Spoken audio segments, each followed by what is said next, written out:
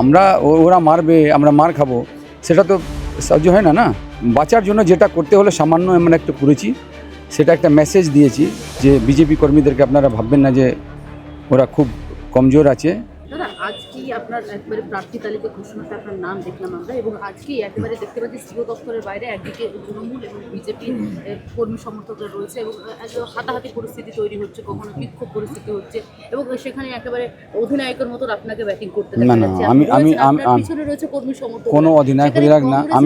কংগ্রেস থেকে কোথাও গিয়ে এই অধিনায়কত্বটা আমরা দেখতে পেতাম না, বিজেপি থেকে আপনার সেই অধিনায়কত্ব দেখতে পাওয়া যাচ্ছে। আমি প্রচারে যাচ্ছিলাম, আমাদের জেলার প্রেসিডেন্ট তমগ্ন ঘোষ সে এসছে, আমাকে বলি আমাদের ছেলেদেরকে কিছু আটকে রেখেছে ওখানে। তো আমরা তমগ্ন ঘোষ আমরা একসঙ্গে 5-7 জন ছেলে আমরা যাচ্ছিলাম, তখন হঠাৎ করে দেখলাম ওদিক দিয়ে ইট ছাড়লো ওরা, ইট আর বোধহয় একটা বোতলও ছাড়লো, বোতলও ছাড়লো। তারপরে ওরা মারবে আমরা মার খাবো সেটা তো সহ্য হয় না। তো আমরা সেটা বাঁচার জন্য যেটা করতে হলো সামান্য এমন একটা করেছি, সেটা একটা মেসেজ দিয়েছি যে বিজেপি কর্মীদেরকে আপনারা ভাববেন না যে ওরা খুব কমজোর আছে, ওরা আপনাকে এবার উৎখাত করবেই, আপনি জেনে রাখুন।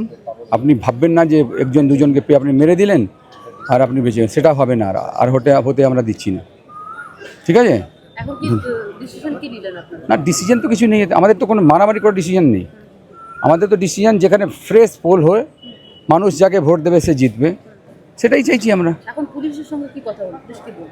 না, আমরা পুলিশকে বললাম যে আপনারা একজনকে বলছেন ছড়ে যান 144, আর বাকিরা ওখানে গিয়ে জিন্দাবাদ মুর্দাবাদ করবে, সেটা তো পুলিশের নিয়ম না, এটা আইনে আসে না। এটা দুপক্ষকেই বলবেন আপনারা 144, দুপক্ষের জন্যই 144, তাদেরকে সরান আপনি। ওরা ক্ষমতায়, সরকারে আছে, ক্ষমতায়, সেটার জন্য ওরা জিন্দাবাদ মুর্দাবাদ করে আমরা ঘরে বসে থাকবো, সেটা তো হবে না। সেটাই আমরা বলেছি পুলিশকে। ঠিক আছে, ধন্যবাদ। আরো ভালো ভালো খবর দেখতে সাবস্ক্রাইব করুন বাংলা হান্টের ইউটিউব চ্যানেল। বাংলা হান্টের আরো খবর দেখতে নজর রাখুন। বাংলা খবর মানেই বাংলা হান্ট।